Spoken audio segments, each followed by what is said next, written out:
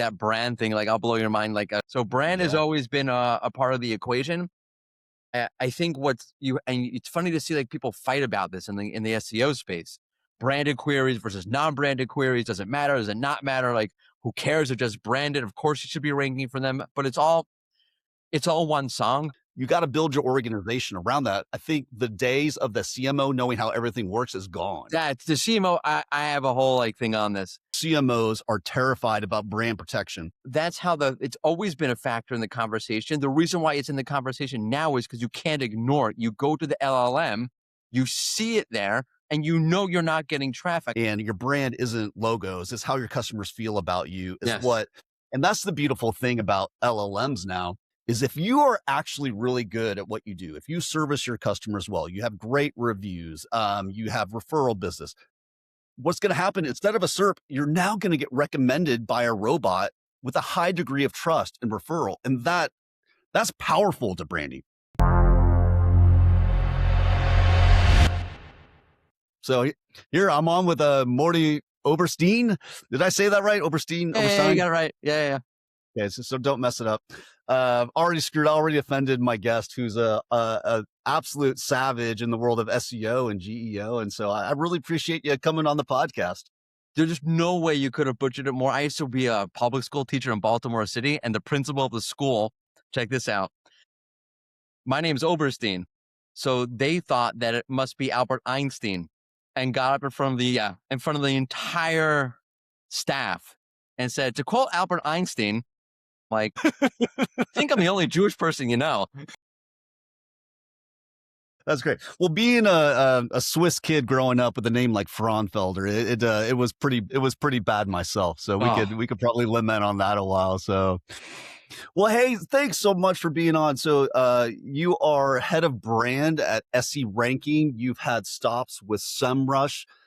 You led up communications there, and at Wix, where we could probably if you want to see content about how Mordy basically turned Wix around and became saved it from SEO purgatory, you could probably check that content. Anything in your intro like I missed that you want to hit on? I got some questions. I want to get right into it. Let's get to the question. No one cares about like bios. Yeah, so we already talking before the podcast. I said, Mordy, stop. This is good content. Let's get into it. But early on, you put brand and SEO together in your title. And now with the advent of LLMs, people are really waking up, like at least who Shirok works with. Our CMOs are terrified about brand protection, particularly it relates to what ChatGPT and other LLMs are saying about their brand, and also getting their brand mentioned, right? They're starting to really realize the importance of that. And traditionally SEO people were like, hey, we're about keywords. We're about, SERPs. We're about all these metrics that we could hack a little bit, but now we're actually having to be good writers. We're investing in brand again. You saw that early on. Do you mind just walking me through that journey? Why that was so important to you very early on in your career? Yeah, I mean, first off, I just kind of fell into it, like everything else, all of us. In SEO. By the way, on like that brand thing, like I'll blow your mind. Like a side point, we track branded keywords. No one tracks branded prompts, which is like mind blowing because LLMs are half brand, half performance asset, if that much. But I kind of fell into it. I was back at Rank Ranger, which is an SEO platform that got bought up by SimilarWeb. Doesn't actually exist anymore, which is kind of sad. It got completely absorbed. Like half the other rank trackers, let's be a little honest. Which, by the way, if you want to know, like, where's our LLM tracker, AI tool going to go look back at the SEO industry 10 years ago and see how many rank trackers are left. Anywho. Yeah. Well, how do you feel about the SEMrush acquisition? Is that going to change? Yeah. I mean, Adobe feels like now it's like, it can't not Adobe. I don't know. I have first I'm saying is I have no insider information, even though I've worked at SEMrush before, and there's some really great people who work there. I don't know what happens to that because Adobe has a habit of acquiring things and completely absorbing it into its ecosystem, which doesn't seem to make so much sense from a SEMrush point of view because the player in the market is SEMrush, not Adobe for that particular market. So who knows what they do, but their history is anti-doing that. So I don't know. And Adobe also kind of feels a little bit like I want to call it a spiral, but like they're not performing on all cylinders at the moment, it feels like. Well, we're seeing a lot of AI acquisitions just to do an AI acquisition. I get Adobe wants the exposure to the data SEMrush has and all the hooks and integrations. That makes sense. But then, like, the Figma acquisition was huge. That made sense. This That one's makes more. sense. This one definitely does not make sense. But SEMrush has more money than God now, so Well, certainly helped their stock price. But I fell into this by accident. I was working at this company and we're trying to figure out I was in charge of their content. How do I generate content inertia on a mhm. very little budget? And the one thing that we did have was data, lots of data. And I would farm out data, search engine journal, search engine land, SE Roundtable. And that's where I made the connection that, okay, the performance side increased and the brand side also increased. They're not two separate things. It's all one thing. And my brain is naturally hardwired to think like that anyway. So I didn't So do from anything early on, you were writing for humans with data and original data that was interesting to humans, not algorithms. right. I was not trying to write for the algorithm. There were things we're trying to hit keywords. I'm not saying we weren't trying to do that, but the fundamental issue that we had at that moment was not that. The fundamental issue back then is 10 years ago already was in the market, Moz was the main player. See how like things have changed. That's right. Yeah. And SEMrush was up and coming also. And both of those two companies did a great job, at least back in the day, of really having a certain, I call it inertia or momentum to their marketing. Oz had Rand Fishkin, they had the whole Whiteboard Friday thing, they had the whole community thing going on. Merch had a certain vibe in the beginning that I think so, but it's definitely matured, but it definitely had a certain amount of traction in the beginning. And we were a small platform that didn't have much of an identity or much of a presence outside of the fact we had really great quality data. So how do we leverage some momentum in marketing? I feel like marketing is fundamentally not fun. Marketing is fundamentally about communication. I think people Yes. miss that boat all the time. But if you want to give me like a secondary thing, it's about momentum. Like I can predict who's going to win the next election. Can't predict it now, but if you ask me 2 weeks out, it's not hard to see. There's a certain momentum to it. And I Mm, think overlook that momentum and like the swing back around to the SEO side, all these algorithms are just moths and they're attracted to whichever has the biggest digital light. And mm. people will harp on, oh, big brands and Google loves big brands and blah, blah, blah, which is true, but not for the reason that you think. The reason is not because they're just paying Google off or they're just paying whatever way to get they happen to have a huge presence, part of which is their big budgets. But Google likes that presence. If you could somehow replicate that in whatever way you possibly can, that will help you. That's super interesting. Sure, we try to work with larger brands because we always get, as an SEO person, I don't know if you've been in an agency before, but like as an agency, they always are asked, we are always are asked, do you mind writing the content? And my heart dies a little bit when I hear that because I'm like, it's the same issue with either we write it or AI writes it. You're still going to miss the soul of what you're trying to say. And so I will happy to, I'll take your money, but it's going to take me a couple iterations Hmm. to get it right, to understand your voice, what's important about your brand, what you're trying to do. Um, we've invested a lot in that part of our business because that's important. But it's so cool when you have an insights group at a large bank or a big Fortune 500 company. And maybe that's what you're alluding to. That's why Google favors them because they actually are made the investment. They can. It's really interesting to see how like different like companies work with this. And you have some big companies that are very performance based, and you have some companies that are very, very brand based. I'll give like an inside look. Like Wix was interesting because Wix was both. And I thought that was a really nice synergy of how they handle that. And you could see that. I mean, every company has their problems, and I'm not saying everything about how they handle marketing is great or not great, but this one part is exemplary. They do a lot of things that are really well, actually. One is they tend to sync up product and marketing really well, which Google does a really good of doing that Mhm. also. Which people I don't think realize. But they're very performance based, but they're also very brand based, and they're able to make those decisions about. And this is applicable for any company. Sometimes you need to take your foot off of the performance pedal in order to allow the brand pedal to exert itself a bit. And that balance of where to push on the performance and where to lay off and where to push on the brand and where to lay off, because they are not the same mindset. They're Right. almost antithetical to each other. And if you're able to straddle both of those and be able to interweave those and have the organizational maturity to know when to push which lever, that's all the difference. That's a super insightful. One of the pieces I liked, I forget the name of the title, but it was around aligning your organization to your brand or Mhm. brand alignment. And I want to dive into a little bit of that because we run into customers a lot. You have tremendous track record. You have all the potential to make your signals skyrocket. You just haven't done the work. And maybe you don't know who you are to a certain extent. So when you come into a situation like that, sounds like Wix was a little bit in that category. Mhm. You got a great product, you got track record, you got all these things. You're just telling the story really poorly. So in terms of a step by step, like what are the blockers to brand alignment for SEO, particularly organic visibility, AI or search engine?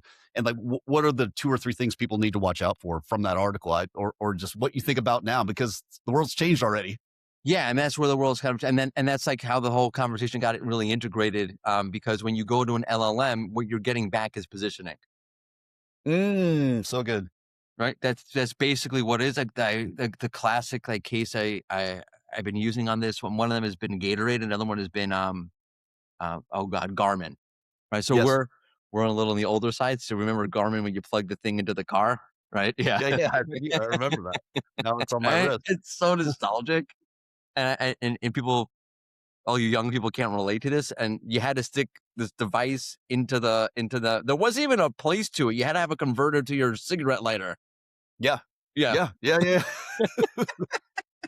So Garmin has so much legacy content about navigation that now Yeah. when you search or query or prompt, whatever you want to call it, an LLM, often, not all the time, but too often, the navigational features get um, promoted too heavily in the output because the LLM relates to Garmin. A huge part of their identity and positioning is the navigation stuff.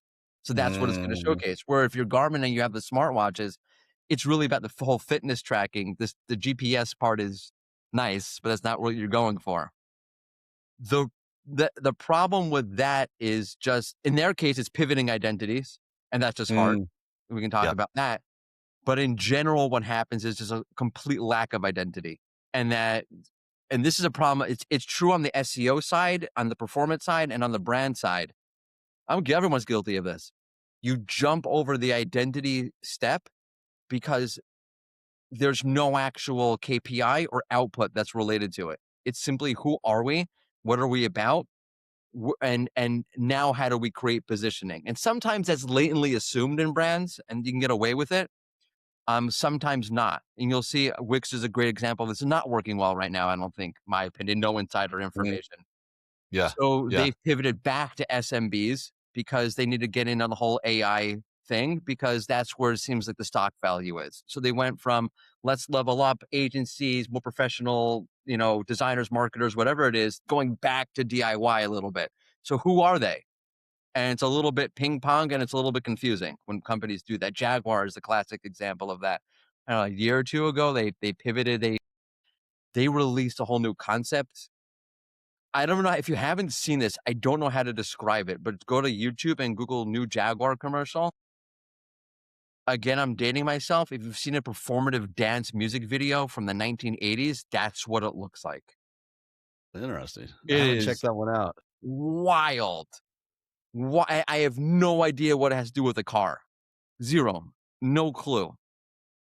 And that's they're having an identity crisis. So usually it's like in life, if it's not working on all cylinders, it means you have an identity crisis, and that latent assumption of how you assume your identity isn't actually working. Okay, so you're sitting down with your CMO or your marketing team, like, "We gotta work on our identity." What's step 1 there? Yeah. Step one is it's like therapy. It's not complicated. Like it's Mm, not the issue with this kind of thing, and this is where it kind of collides with performance marketing. It's not complicated in the sense that things that you're doing are not rocket science. but it is a different way of thinking about things. Because what you really want to ask about identity is like it's an existential question. Mm-hmm. It's why are we? It's if you want to get philosophical about it. I Like love it. Yeah. Aristotle's like four causalities, like the efficient cause, the immediate cause, whatever, different kinds of causality. The most important one he says is the final cause, is the reason why you're doing something. So if I am going to the store to buy a can of Coke, if I'm not thirsty, I will never go and buy the can of Coke. Like, so that act of me going and buying the can of Coke would never even exist. The reason why you're doing something is super important. And you need to figure out why, outside of making money, why are we doing this? And why is it important to us? And that's who Yeah, you are. that's the three so whats. You've heard that Yeah. one. Yeah. Why did you buy Coke? So what? I was thirsty. So what? I like the taste better. So what? It's got It's reason it's number three, this and that's your identity, right? it's the same thing but reverse. Instead of asking Right. about customer, and this is where the beauty of like how brand works. You're asking about yourself. Then you're asking about your customer.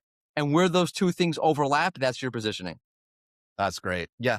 I'll just tell you a personal side note. When I've been at the helm at Sure Oak now close to 3 years. That process you just talked about was painful for us. And it took over 18 months to figure out who we were, what So clients hard. worked best, why they liked us, what our own personal values are. I mean, that was hard. But like to your point, once we knew who we are, we knew what to do, what to write about, what we wanted to say, how we interact, not only what we wrote externally, how we operated internally. It was cathartic. I would hate to Yeah. say, I don't know how many of these companies skip over that, or as you Every get one of them. large and the enterprise gets messy, you just start, it's like a room, it gets messy. You have to go back and do You have that to go work. back. Yeah. I have that now. I want to go back. I tell you, I like a famous like line that I have. I have like two things I want to do before I die. I want to go to every single baseball stadium in one season. Yeah. Yes. Okay. And I want to go around to every Fortune 500 company, ask them what's your brand identity, and then watch them have no clue how to answer that question. Yeah. Well, especially as you start doing acquisitions, adding service lines, new people, not everybody's inoculated into this identity, these values. And it No. it does. You start to lose and it gets hard. It gets You saw that hard with the AI thing, right? for sure. The second AI became a thing, we were doing research for a landing page I was working on. Everyone edited their landing page. Like suddenly, magically overnight, you've integrated advanced AI technology into your stack, and now it's on your landing page, even though it just came out a week ago. Well, that's the sobering thing about AI is like, who is Sure Oak? What is it about? Like, I can find out what my identity from a third party really fast, and Really quick. either it's going to know it, it's not going to know it, or it's going to hallucinate about it. Yep.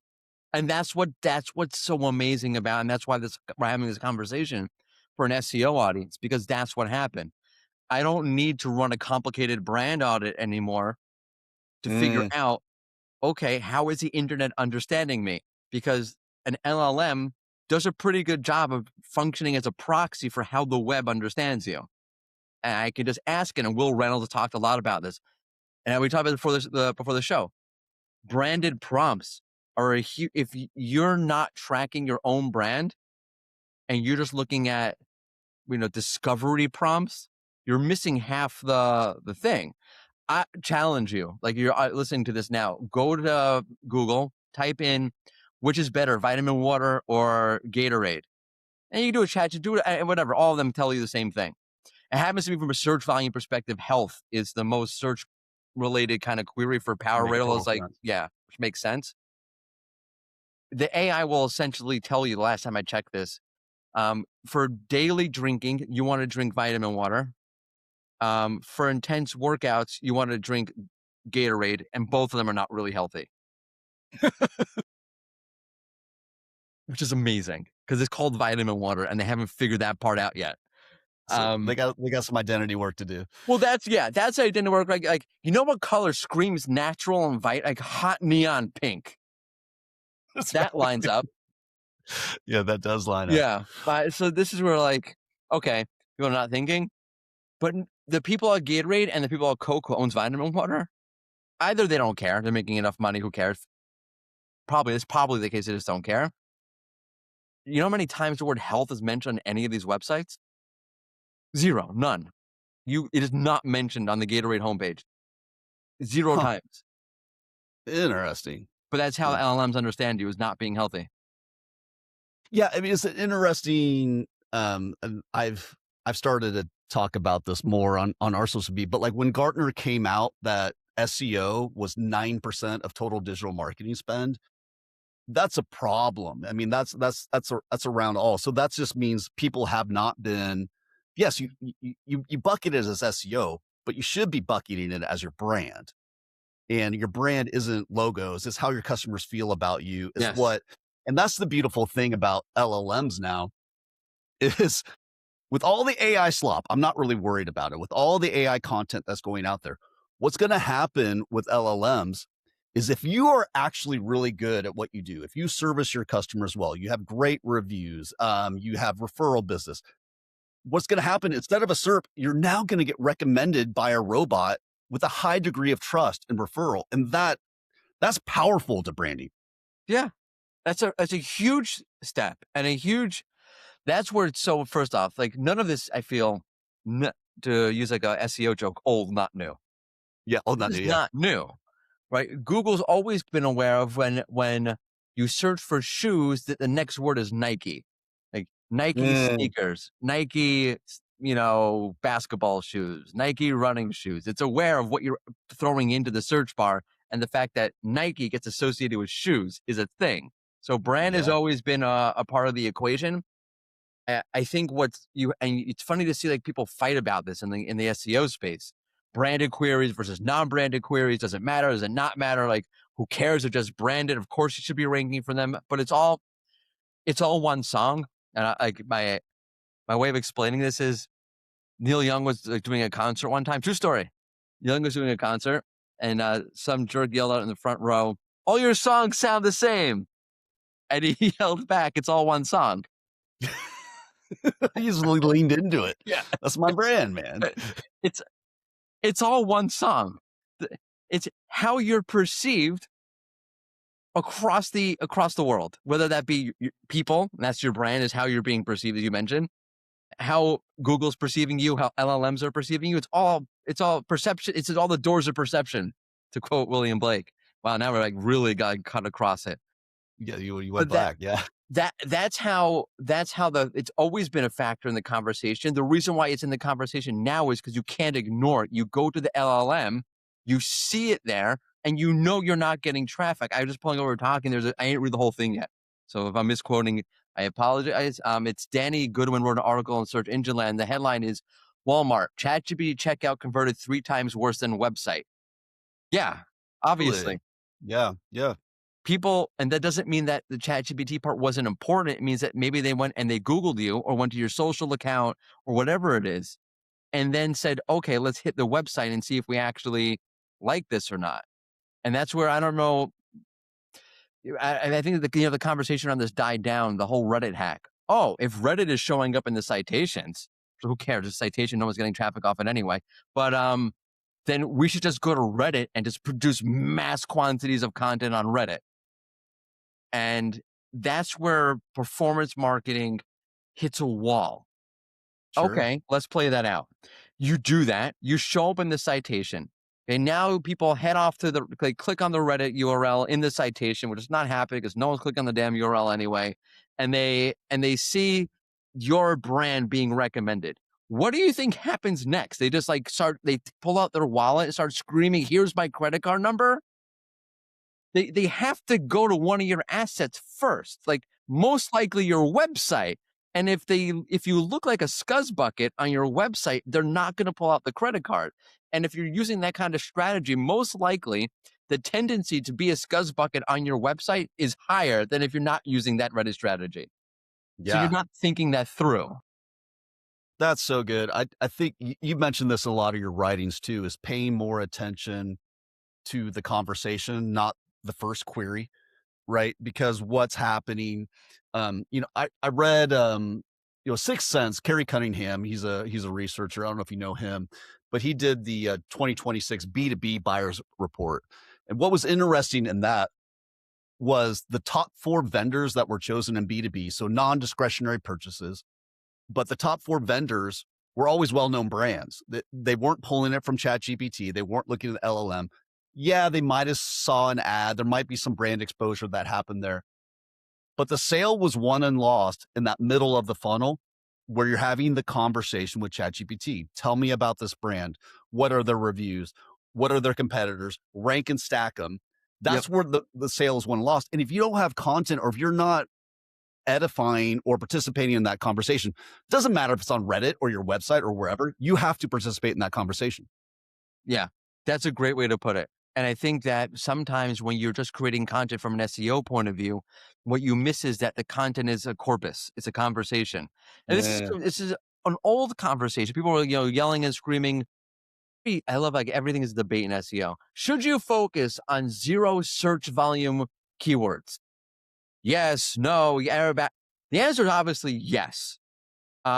Because what one piece of content does is it allows you to write the next piece of content. There you go.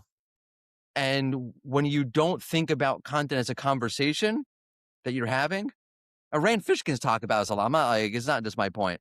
Then you end up focusing on just that keyword or just that click, and then you really it's penny wise, pound foolish. And this is where I guess, like, I have, like, an issue where performance marketers would be like, well, like, look at the data. Yeah, but you're not looking at the data you're not seeing, which is like, I forgot what it's called, like the broken window fallacy in economics. It's if You're too smart, Morty. I can't keep up with all the. No. I just have, like, my things I pull from, and, like, I just keep pulling them over and over again. I want to hear the broken window fallacy. Yeah, what but is it's that? it's great for performance. I should do a post on this. If I'm a baker and someone breaks my window in the morning, like some hooligan throws a rock at it and breaks my window.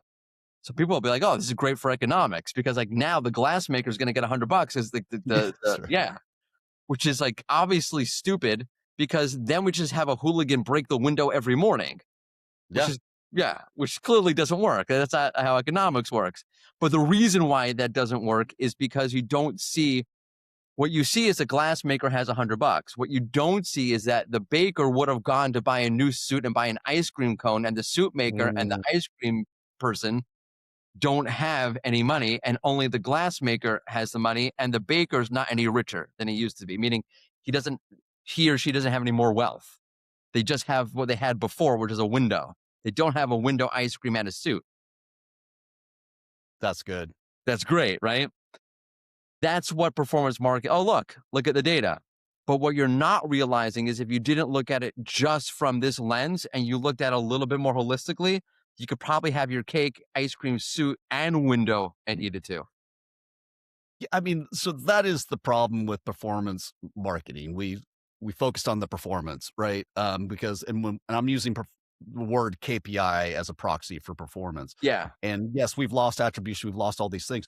But a lot of the performance marketers, the way that they showed value right away was to run ads and PPC, because I could validate what I could pay. And I think the new reality is, if it's I know the brand and it's non-discretionary, it's an easy buy, I'll click the ad, I'll buy it, fine.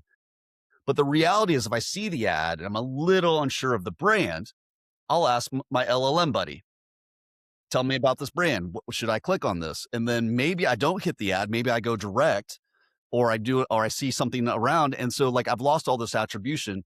Again, the core there, and maybe I need to ask you about what we should be measuring in AI, was your brand. And somehow, you got mentioned on AI somehow. That's the whole thing, which is such an interesting part. Like, first of all, it's not exactly new. But that's how I would function when I was buying a new pair of shoes, right? I would go. But it's easier now. Now I just have 2 screens up. I have my ChatGPT and I have my search engine, right? It just got messier. It got way messier. There you go. Yep. And what's interesting to me about this is that it's not, first, the performance marketing is great, and you should do performance marketing. And if you're doing just brand, that's crazy. Like, you need to get, especially if you're in early stages of a business, if you're a startup, I recommend you actually don't do brand. I recommend you make a lot of money, but just leave yourself a lot of room. Like, it's like a coffee cup. Like, leave yourself room for milk at the end. Leave yourself room to pivot, or leave yourself room to eventually grow into that brand that you want. And your agency, like, agencies have this also. We want to be on our digital PR, but we're getting a lot of PPC clients. We're not going to not take them. We're going to take them. But leave yourself the space not to get stuck being a PPC agency if that's not where you really want to be. Mm-hmm. So don't do brand at that stage the way that Coke would do brand. That'd be a waste of your money. It's the wrong time, wrong place, wrong thing. Performance is great. You should do performance, but you have to now, because you're talking about attribution, it gets really wonky, and it's always been really wonky. I'll give you like my money where my mouth is kind of thing. So when we're talking about where do we take our product next, this is it, because we bought a social media platform called Planable about 5-6 months ago. You saw that, yeah. Yeah, and okay, so what does that have to do with? Well, then, for leaving the reasons aside why we bought it, I wasn't at the company when we bought it.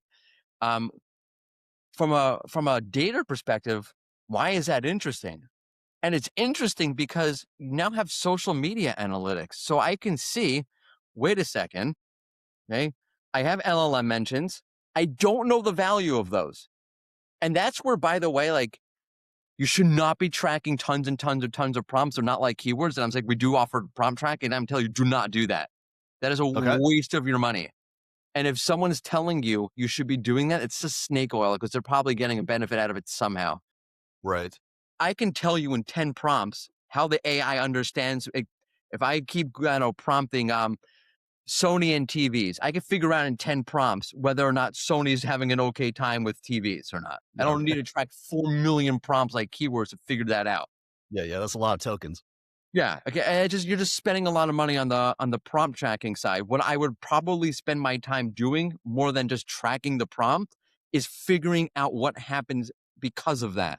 So great, I'm in an LLM and getting a whole bunch of mentions. What's happening next?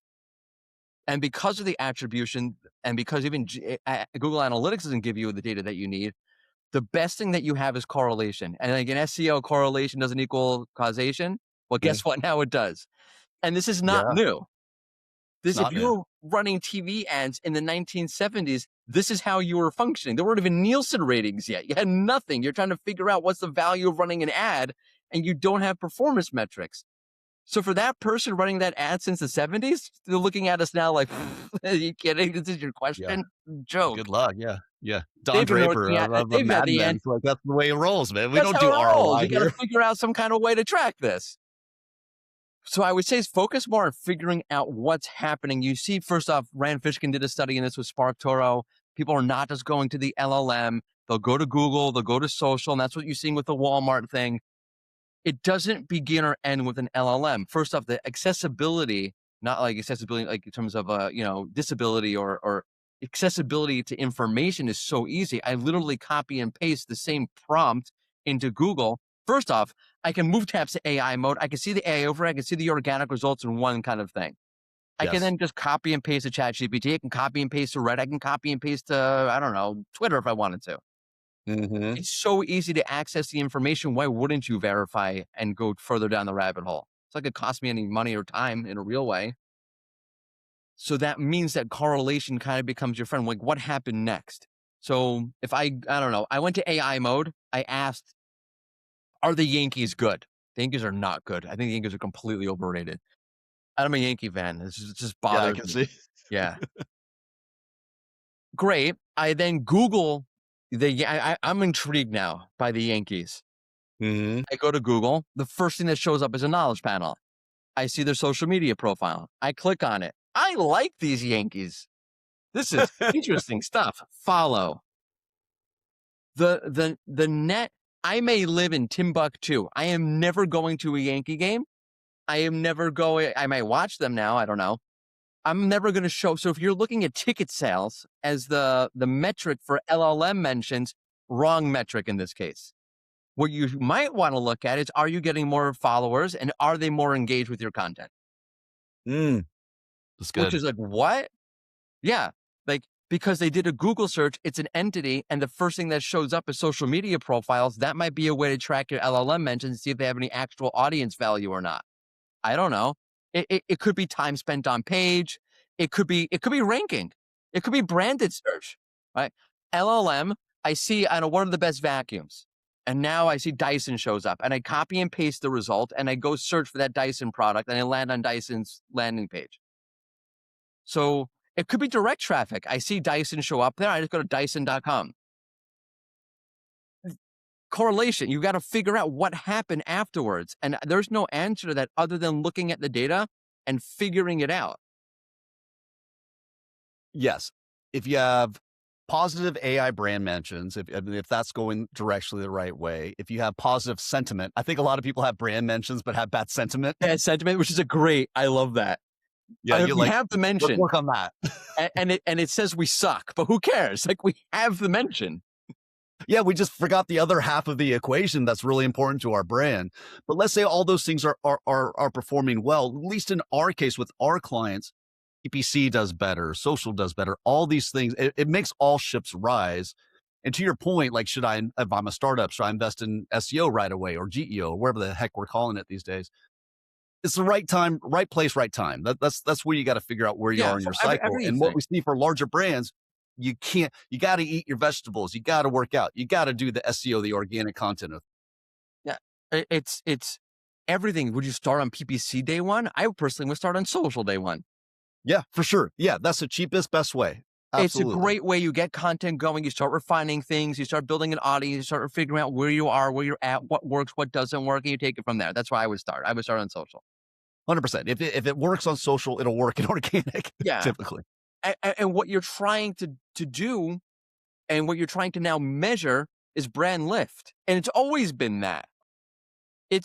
I feel like it's such an interesting thing to have to say this out loud, but you kind of have to. One is you're trying to measure brand lift, which means you're just trying to see what happened, because there's no click, and the LLM is not built to give you a click. It will never be built to give you a click. They don't want ChatGPT won't even give you a URL half the time, so you're 5 prompts in. No, and it's usually the wrong URL. Yeah, that's also true. And it's usually half wrong content also, but it's a second, whatever. That's right. It's not meant. So if you're trying to measure LLMs, you're trying to measure the brand lift in whatever way. Like, where did it lift us up? Did it lift us on the branded search site? Did it lift us on direct traffic? And all of that, it's all one song. It all factors into everything. It's like the old question: does social media impact SEO? Sure, it does. If I put something out there, I get a couple of mentions. Now people like my content. Now they're following me. Now I get more links, and that uplifts my SEO. It's again not a new conversation. It's all one song, but you're fundamentally now trying to measure brand lift. And there's a million ways to do it, but it's not the same kind of formula where it's impression, click, traffic, revenue. That doesn't work, and it never really worked like that. Yeah, what you're saying is obvious to you, but for so long, SEOs now moving into GEO, they weren't. I say they. Maybe I should be a part of that conversation too. But everybody was at a certain point. Yeah, everyone. But we were optimizing. We were optimizing for all these things that we knew to be true. We were writing for algorithms. We were trying to get up in SERP. So we are only trying to go for that first impression, that website visit. These things like how social impacts it, how off-page mentions, like actual digital PR, actually good backlinks affect it, how our webpage and our blog, how that's written, and that. That's a new world. And so what I'm finding a lot with our clients is that, you talk about the misalignment. One of the parts about the misalignment is that you built this whole team that isn't quite ready. You have this SEO person who's very, very technical, but not so brand savvy, doesn't quite understand how social is playing into this, working with the digital PR team. That's a pretty unique individual. And that's where I see a lot of this investment going probably over the next couple of years, if we're all around. So. Oh, God. Yeah, if we're all around. But yeah, no, that's it. It's a unicorn. And I don't know. I don't have a good answer to that question. Outside of you either looking for a unicorn or you're really pushing an uphill battle to figure out. I think you're just hiring a really curious person who likes other people and likes consensus. And maybe that's it.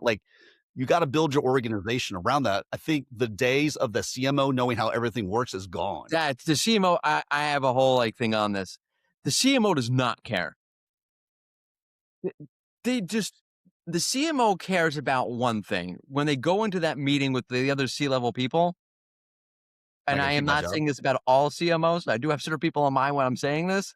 They just care to show off. Look what we did. See how great I am? Because one of the most vulnerable spots in the company is a CMO. Yes. Yeah, Gartner has really a lot of research on this lately because they are stressed out. Yeah. Yeah. It is. It is. And the CMO does not care about your tactic. They just care that the end of when you send them this the presentation. Do things look great? Great. Do they not look great? Fix it. Well, and that's the problem with agencies because we've been giving CMOs these fabricated charts every month that are static, that are like, we go definitely against that. But if results are bad, we got to have a real conversation with you, Mr. and Mrs. Klein, about how we're going to pivot on this. And I'll give you a good example of this where you see this like an actual example of like this playing out is Google. Which if I was like I don't know, like one of these like heads of searches, which is a very common position to get like turned there, I would like right now it's all working because the stock price is going up, which is what this whole thing is all about. So whatever they're reporting on in all of their meetings, I know it sounds like this can't be happening, but I'm telling you this is what's happening. Things look good. The numbers are going up. It's working. Everyone's happy until it stops working and the numbers aren't going up the same way. And then people are not happy. All of a sudden, what happened? What's going wrong? And two things will either happen in an organization at that point. Either they'll just kick the dog and fire the person underneath them. So the Google CMO has been around for a long, long, long time. Heads of searches have come and go like many times over. So it's you either kick the dog or figure it out.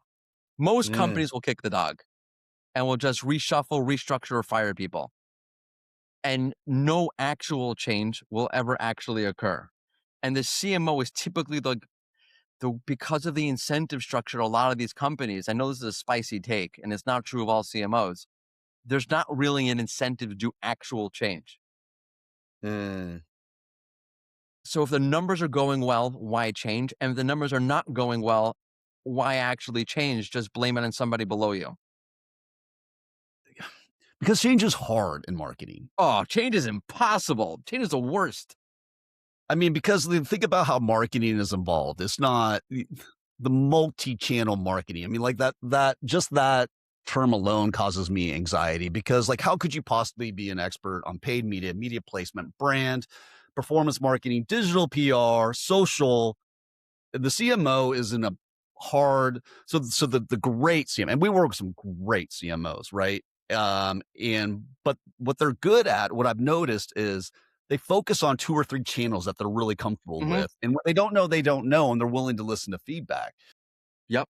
But again, to your point, like how on earth does a CMO, they come in, they're like, well, what's the catch all they do? Oh, well, let's change the brand or the website. Okay, that'll buy you 18 months, but then. Yeah. And that's sort of the problem. And that's exactly like, I have this hot take that SEO in an organization or all performance should sit under comms. Okay, yeah, no, that makes sense, right? Because it's organic and it's earned. It's all communicate. Whatever you're putting out, the common thread between your PPC, SEO, I don't know, email marketing, conference, in-person marketing, link, but whatever it is that you're doing is the fact that you're communicating something to your audience. That is a common thread between everything. That's really good. So you would bifurcate the CMO job into comms and maybe performance or something like that? Yeah, or like that CMO person, or whoever it is, it doesn't have to be a CMO. It could be a head of comms. Like it could be whatever you want to call it. You don't have to, I want to like, however you want to structure it, everyone should answer to one common goal. Like I would think of it less of like more of an intent based. I like thinking like, I don't know, like not personas and more intent. Yes. The intent here is, this is my brain works. I'm not making a comment about personas, which I will if you ask me to. I don't like them so much. The intent here is to communicate. How do we structure this in a way where what we communicate to our audience in across the board has some sort of alignment and North Star? And whatever way it works for you to structure that, whether the CMO is a person doing that, whether it's a head of comms doing that, whether it's the VP of marketing, the head of marketing, like I remember I'll give a shout out to Tal Siach, who was the head of marketing over at Wix. He was a person that was like this. He had the things he was super focused on that he was super good at. And his superpower, which I'll give, like, I never like thought about people like that way until Marinda Drogmar of the CMO Planable likes to think about people like they have like, what's their superpower? Yes. His superpower was being able to realize that it all comes together. That was his superpower. You need to find somebody like that in your organization where their superpower is realizing that all of this comes together. And there are going to be times that things overlap. There are going to be times things, collide and they conflict with each other. And that's all part of the process. But everyone is focused on the same thing, which is not my KPI on this. And it's not my KPI on that. It's we are putting something out to our audience that we want to have some kind of action on, some kind of resonance in whatever way, whether that be a click, whether that be a thought. And that's where everyone is united. That's the common theme throughout what everybody's trying to do. And if you can structure your organization in that way, I feel like, first off, you're so far ahead of the game. And also you're probably you're a unicorn in and of itself. Like no one's doing that. You hear about that now, like breaking the silo, but no one's actually doing that. Yeah, because the old way for CMOs to have a superpower, and performance marketing did a really good job at this, was to measure ROI across all my channels and which channel has the best ROI, and that's what I invest. But what we've seen, if you underinvested in brand, you're starting to see very misrepresented data. Especially, this is the largest loss of attribution any of us have ever seen. But yeah, I mean, we need new superpowers. We need better truth. And so like when you measure LLMs or AI visibility, what are your top 3 metrics that you're looking at? For me, and this is just me in my corner of like the world. I'm coming about from a brand like bias. I want to look at direct traffic is brand traffic. Yes. And I don't know why. I know why.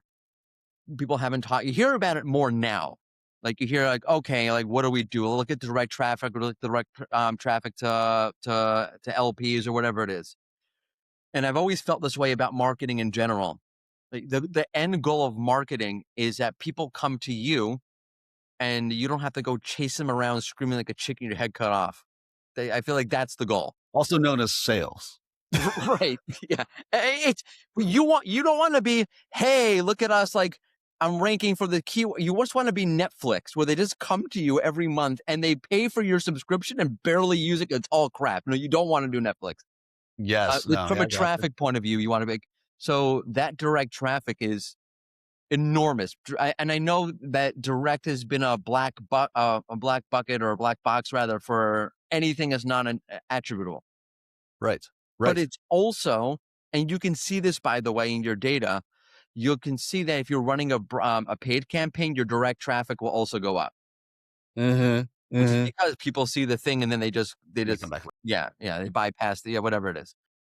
So one is when you're doing direct, like forget all the other things that are thrown in there, because whether it's GA4 or your CMS can't figure out the attribution, pull out your paid campaigns to see like what the real direct actually is. Yeah. But direct is it's a great way to measure. And I think there's like, I always like branded search. And I think branded search is also a little bit of a black box. Sometimes branded search, especially when you're running higher numbers, and we've seen this on like in the SEO ranking data side, like we'll say like, we don't see a correlation between brand search and LLM mentions, but that's very across the board. If you start looking at it per service you're offering or per product, so let's say, I don't know, you sell your Honda. So if you're looking at all of your brand traffic, oh man, could you imagine that? Because Honda makes motorcycles, cars, and whatever million other things. I don't even know what they make. So their brand traffic is unactionable. But if you started looking at correlation between, I don't know, something like LLM mentions of Honda Civics and brand traffic for Honda Civics, that might be something where you find more of a correlation. So I look at that, and I'm biased because we have a social media platform where I can look at the analytics on this. I happen to like social. Like I like seeing like what happens in the LLM And Will Reynolds has a great video about like going through all of these. First of on-site behavior also, right? What's happening with forget the actual amount of things happening. Is your bounce rate better? Time spent on page? I know the revenue side. It's more quality revenue, but also look if it's just more quality traffic. Are they spending more time on your website now? Is huge. Like the GA4 part of it is a huge part of this. But what's happening? Are you getting more followers? Is the engagement better? Because also that's a great place where you can track. It's where you can track brand pivots a little bit. So it's a hyperbolic example is, let's say I'm Coke, and we stop making soft drinks, and now we make microphones. As I'm staring at a microphone, I do not have a Coke here. If all of a sudden on social media we saw, and this is such a hyperbolic example, we have less followers than ever before. Thumbs up. Thumbs up. Because obviously, if we pivoted talking about microphones, the people who followed us for insights about soft drinks are going to unfollow, as well as they should, unless they happen to also be podcasters who are drinking Coke. If the LLM mentions around, not in general, like that wouldn't help you either in this case. If I'm Coke tracking LLM mentions, not helpful, because I don't want to be known about soft drinks anymore. But if I see my LLM mentions are going up around microphones and my social media following is going down, good job. Okay. What do you think of SEMrush AI? What is it? AI visibility score? It's like their attempt at like a DR type number, domain rating.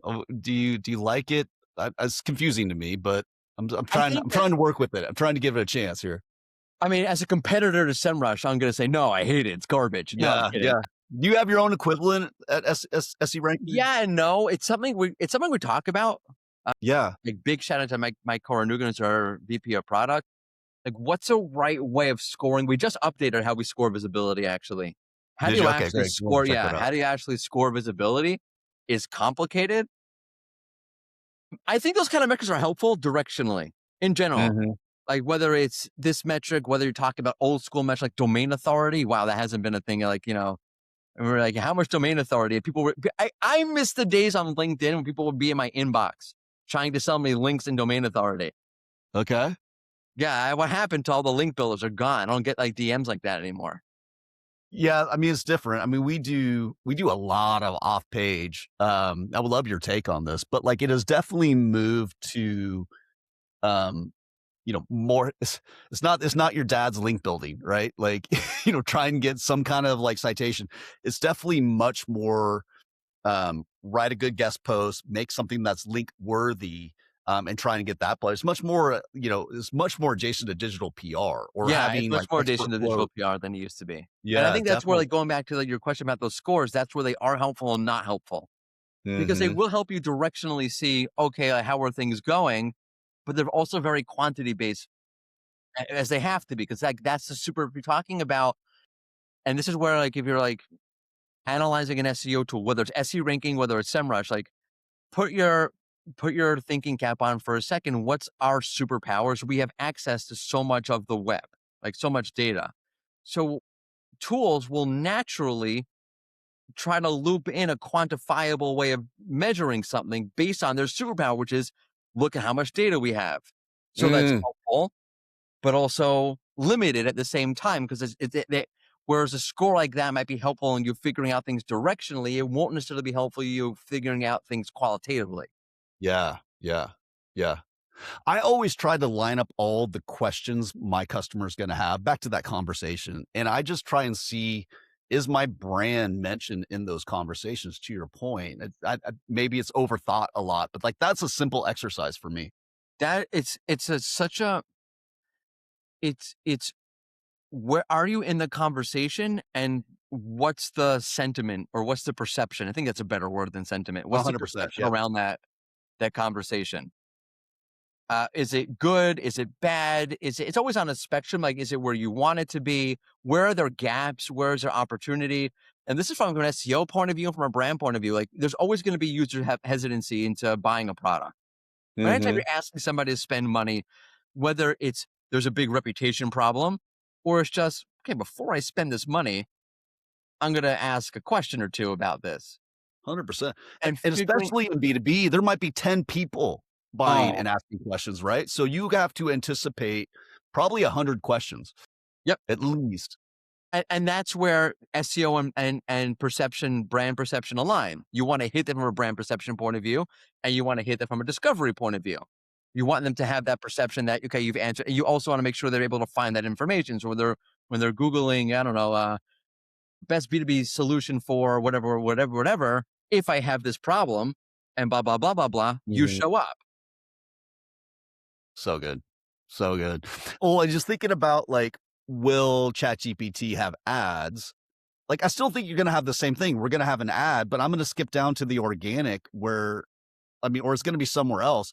Even if there is an ad, I'll still like ChatGPT, why are you showing me this ad? Oh, hey, Gemini, ChatGPT showing this. Like, I'm still gonna go that organic earned route to check out the brand of the ad. I think Yeah. that seems a flawed strategy to me, and that's why Demis Sasabi and maybe Dario Amodei have already eschewed it or made commercials making fun of it. Yeah, I mean that's literally that's what happens. Like that's why you see direct traffic and PPC go up. And you're running a paid campaign, and brand traffic goes up at the same time. Like direct traffic goes up at the same time. Like there's a correlation between those things. I mean, the Chat GPT thing is right now it's $60 an impression. They can't track anything, An and you're impression. paying Super Bowl money for it. And the companies I have like this like thing on. Maybe I'm wrong. Like the companies that I see in there that you see reported on, which like things like Expedia, AT&T, like they're the secondary or third option in that market, and they're just trying to break through more. It's not Amazon or Verizon who's advertising in it right now. Mm, So I find that interesting. But you'll see Verizon advertise, on an NFL halftime show, right. but you don't see them doing this because there's no like this is like what it's a little bat crazy. I don't know if I don't want to curse on the podcast. No, no, no, no, that's fine. Yeah, no, we're already gotten banned before. That's right. But, like, to your point, like, that conversation can't be bought. That conversation, that middle, like, if I'm having this is where I don't think this is the biggest flaw to SEO right now, in my view, is that SEO, especially on the content, they don't get intimate enough with the conversation. Because in the middle of that conversation, if a buyer's having a very heated, passionate conversation about a big buy that could cost them their job or is a big purchase for their life, there has to be amount of intimacy with the content that you're answering that question. And you can't put an ad in the middle of that. And you're not going to buy that credibility and that reputation. And that goes back, like, it's like to sum up the whole conversation, like, that's the whole thing. It's all one song. It's not an isolated incident, There you go. and that's why, like, a brand like AT&T advertising in ChatGPT does and doesn't make sense. They have enough street cred, enough brand recognition where, like, okay, fine, I see them there. I already have built up associations and awareness of who they are. Maybe I will click on that ad or maybe I won't. Like, but at least like there's a chance. If you're a no name in there, like I just don't see it. How does that work? That Not should be that the who's name of the paying pod. $60 an impression if you're a no name. So Yeah, well, maybe if you're one of the first buyers of the ad, maybe you get a little pop for being one of I the guess crazies that so. does it. So That's not maybe where I there's a would marketing start. play there. That's about all I That's can see. crazy. The whole thing is Uh, crazy. Morty, I think we're gonna title the podcast "It's All One Song." I think that's gonna be the name. That's great. I think that's I pretty love that. brilliant. You've been brilliant. How can people find you? Do you mind giving a little plug for SE Rankings? I think it's a great software. Yeah, so please check out SE Ranking. It's an SEO platform. We have SE Visible, which is our LLM add-on, and we have our sister product called Planable. And when you put those three things together, that is super powerful because now you can start tracking what's happening across the ecosystem. You can see what's happening in search. You can see what's happening in your LLMs. You can see what's happening in you can integrate GE4 right into the platform. And then you can see Love it. what's happening on social. Also, you can see where is the actual impact right now. So that's my I love plug. that because it used to be like the SEO guy. He would like, oh, my next business I'm gonna do is PPC. I don't think that's it. Like the SEO person is going to be more digital PR, more social. And that's those are the closest cousins right now. Is the keyword. The keyword is more like day trading now on the Oh, PPC side. So, I don't know anything about day trading. All I know is yeah, I know a lot of people lost a lot of money doing it. So yeah, I yeah, yeah, on day yeah, yeah, trading. yeah. Right. I'm not even going to tell you my portfolio. Don't follow me. So there's no Twitter following my bias. Oh, And how can people find you, Mordy? LinkedIn. I guess I'm still on Twitter. I like Twitter still, but Yeah, the LinkedIn, formerly LinkedIn known and as Twitter. Twitter, now X. Yeah. X, whatever. Yeah. Sorry. Yeah, no, you got a lot of great posts on there. And do you still do like the daily roundup or the news roundup? Yeah. Sorry, we're the worst at marketing this thing. Sorry. We trying, have man. I want to a help you. daily. Yeah. It's you can't even find it. It's so bad. It's called It's New. It's on the Rusty Brick Barry Schwartz's YouTube channel on SEOroundtable.com. You can find it in there also. Me, Greg Finn, Anwar Iqbal from Search Engine Land, and Barry Schwartz running through just what's happening in SEO and PPC real quick. Each day. Barry's got great content. I really enjoy his stuff too. Barry's a beast. I don't know how he's been out for a couple of days, and I'm Is he? trying to like help him fill in. I have no idea how he keeps up. It's impossible. That's So pretty like good. Barry's That's pretty amazing. good. And you're a contributor on Search Engine Land yourself, so I would highly recommend people check you out. I am so appreciative to have the monster of SEO and branding on our cast. So I appreciate your time, my friend. Dude, thanks for having me. I really appreciate this. A lot of fun.